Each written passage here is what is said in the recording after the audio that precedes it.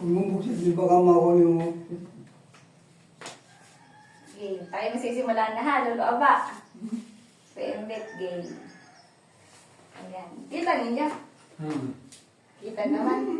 Sige, papaliwanagin natin na kaunti. Papaliwanagin na sa... Ayan. Kasi kita ninyo dito ay puro prutas. Ano eh? Ibig sabihin ay ang pag-uusapan natin ngayon ay tungkol sa health. Sa health. Ang pamagat ay ang mas gusto ninyo ay Tagalog. Tagalog, Tagalog na lamang. Akin na lamang itatranslate para mas madaling maunawaan. Sabi dito ay understanding and preventing malnutrition in the family. Ibig sabihin ay ang ating pag-aaralan ngayon ay para kung paano maiwasan at saka maunawaan kung ano ibig sabihin ng malnutrition. Kayo po pag ay familiar sa malnutrition. Ayan. Ito ang ating objectives. After this session, the family will be able to define malnutrition, identify its causes and symptoms. Pangatlo, discuss affordable nutritious food, plan balanced meal, understand the importance of regular meals. Ayan, sabi ay, ang purpose, kumbaga dapat ay ito'y ma-achieve natin after ng discussion. After ng session ay ma-define natin yung kung ano talagang ibig sabihin ng malnutrition. Tapos ay malalaman natin kung ano yung mga dahilan, tapos kung ano yung mga sintomas pag ikaw ay may malnutrition. Tapos ay i-discuss natin yung mga pagkain na dapat natin kainin para maiwasan ang malnutrition. At saka, mauunawaan natin kung ano ang kahalagahan ng pagkain. Kayo po ay laging nakain? Nakakakain naman ng 3 beses sa isang araw? Ayan, malalaman natin yung importansya ng pagkain ng regular. Ayan. What is malnutrition? Sabi ito ay, ano ang malnutrition? Ang malnutrition daw ay kondisyon na kung saan ay yung ating katawan ay payat. Ganyan. Pero, di ba ang alam natin ay, pag tayo ay payat, yun yung malnutrition.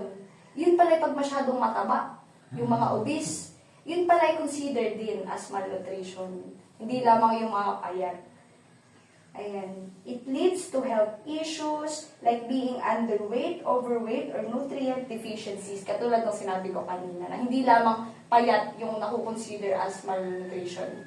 Mga matataba, di mga sobra na. Kaya lahat ng sobra ay masama. It can result from poor diet disease or poor absorption of nutrients. Ayan. Next. Ito na daw ang mga dahilan ng mga malnutrisyon. Pinakaunang dahilan ng malnutrisyon ay pag-skip ng pagkain. Halimbawa, di ba, sa isang araw ay may 3. Umagahan, tanghalian, at hapunan. Isa sa mga dahilan daw ng malnutrisyon ay pag tayo ay naiwas sa, halimbawa, hindi tayo nakakain ng umagahan, or ng tanghalian, or ng hapunan. Lalong-lalo na daw, especially breakfast. Sobrang halaga pala ng umagahan. Anong oras kayo nag-umagahan dito, Lolo? Aba? Mga 8, ganayon? Umagahan. Kumakain ng umagahan. Alas 8. 8.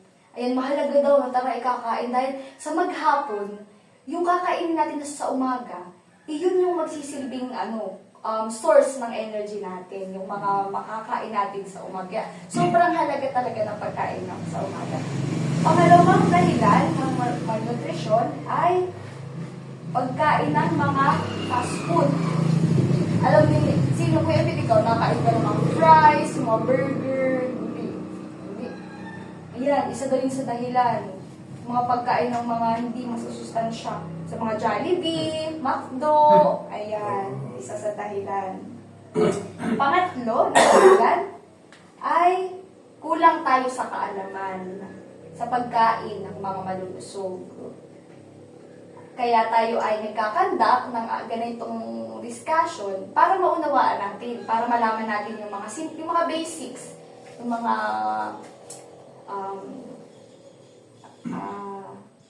tawag dito, mga healthy lifestyle. Ayan. At yung pang-apat, na isa sa mga dahilan ng malnutrition ay yung pagkulang sa pera. Siyempre, tayo ay hindi naman lagi, hindi naman lagi may pera, honey. Kaya, minsan na hindi tayo nakakabili ng mga masusustansya at mga gulay. Kung ano na lamang yung nasa hapagkainan, yun na lamang yung ating kinakain. Next, ito daw naman ang mga sintomas at mga signs ng malnutrition. Una, underweight or overweight. Ayan. Katulad ng, medyo ikaw ay payat ka. Kaya ikaw ay shoot sa malnutrition. Tapos, yung pangalawa ay palaging nahihilo. Yan, isa sa mga sintomas ng malnutrition. Ikaw, lagi kang nahihilo, di naman nahihina. Medyo sa, isa sa dahilan. Tapos ngayon, inuubo ka. Ayan. Poor concentration. Ayan, illness. Low immunity. Ibig sabihin ko, pag inuubo ka, ikaw ay mababa ang immunity. Kaya kailangan mo uminom ng tubig, kain ng gulay, kain ng prutas. Tapos, sa mga bata daw naman, isang simptomas ay yung delay ang paglaki ng mga bata. Yun isa sa mga simptomas ng malnutrition. At ang mai-suggest ko ay tayo ay kakain na. Ibabalik natin yung practice pagkain ng mga malulusog. Tayo ay maswerte dahil tayo ay narito sa probinsya. Nakakapagtanim tayo ng mga, andyan lang sa paligid ng mga gulay-gulay. Pwede kung saan lamang din mag-harvest. Kaya napakaswerte natin. Ayan. Meron dito mga suggestion na nutritious, pero mga healthy na pagkain pero affordable. Ito. Kanin at root crops, katulad ng kamote, gabi. Kaya applicable ito sa atin. Dahil nandyan lamang sa paligid, kamote, gabi. Yan. Tapos ang isa pa daw ay munggo. Sobrang mura ng munggo. Ari lamang ating araw-arawin. Yan, healthy yan ang munggo. Dahon ng gulay, katulad ng malunggay, kangkong. Meron kayo ditong kangkong? Malunggay. Sa kabila, iyan. Kaya, tayo mag-harvest. Ating ilahok sa ating mga ulam. Mga itlog, tokwa, tofu, tapos ay mga prutas. Next. Ito naman ay, paano daw natin paplanuhin yung balance na pagkain? Saan? Kayo po ay familiar sa sa Pinggang Pinoy? Pinggang Pinoy. Familiar, hindi? Ayan. Ito yun, kuya, hindi. Tinapon niyo. Yan yung Pinggang Pinoy. Yung Pinggang Pinoy ay nagkukonsist ng Go, Grow, at Glow food. Mga yung mga nutritious food, may natandaan kayo? Yung mga pagkain na dapat natin kainin.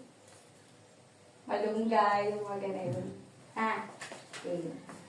So, yun na nga. Ito ang nasaan na?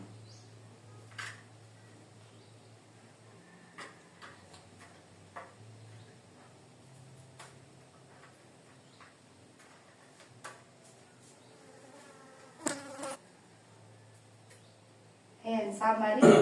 Malnutrition ay kaya nating iwasan basta tayo ay mayroong sapat na kaalaman at pagpaplano. Tapos tayo ay pipili ng mga malulusog at mga pagkain na mga healthy. Hindi basta mga hotdog. Kumakain pa po kayo ng mga hotdog. Hindi, masama talaga yan. Tapos tayo ay kakain ng madalas. Kakain ng regular, breakfast, lunch, at dinner.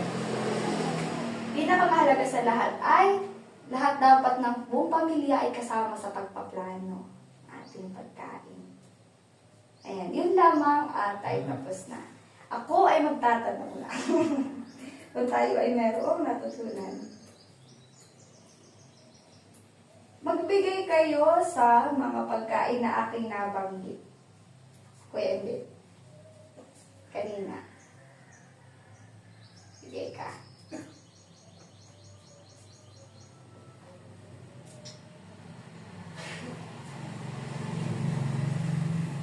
Malunggay. Yan. Okay. Oo, malunggay. Munggo. Munggo, tama. Pa.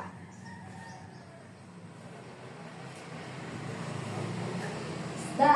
Isda. At Putas. prutas. Ayan. Next naman si Lulu Aba. Lulu Aba, kung talaga kayo may natutunan. Kayo po ay tinatanong ko para malaman ko kung kayo natutot. Baka naman wala. Kahit pa paano man eh. Okay. Ano na nga ang tawag dito? Dun sa sinabi ko kanina, pinggan? Pinggan? Yung may go, grow, grow? Pinggan? Yan. Pinggang Pinoy. Huwag natin kakalimutan. Ano? Pinggang? Munggo. Pinggang Pinoy. Ayan. At isa sa huwag natin kakalimutan na i-take ay pag ganitong mainit, Tubig. tubig. Yan, mahalaga yan. At last ay paano maiiwasan ang malnutrisyon? Paano natin maiiwasan? Kakain ng mga healthy pagkain. Kaya kakain ng mga healthy, ng mga gulay, prutas. Ayan. Huwag natin kakalimutan dahil mahalaga ito. Ngayon ay, alam na natin kung ano ibig sabihin ng malnutrisyon. Ating i-recall. Ang malnutrisyon daw ay kondisyon ng ating katawan na kung saan ay masyadong maliit tayo or masyadong malaki. Sabi ko nga kanina, hindi basta payat ay yun lamang ang malnutrisyon. Pati yung mga obese, yung mga masyadong matataba, iyon ay consider as malnutrition. Ayan, tapos, yung mga dahilan ng malnutrisyon, mga sintomas. Ano na nga, isa sa mga sintomas, yung sinabi ko kaya kanina kung anong nararamdaman. Yung Ulo.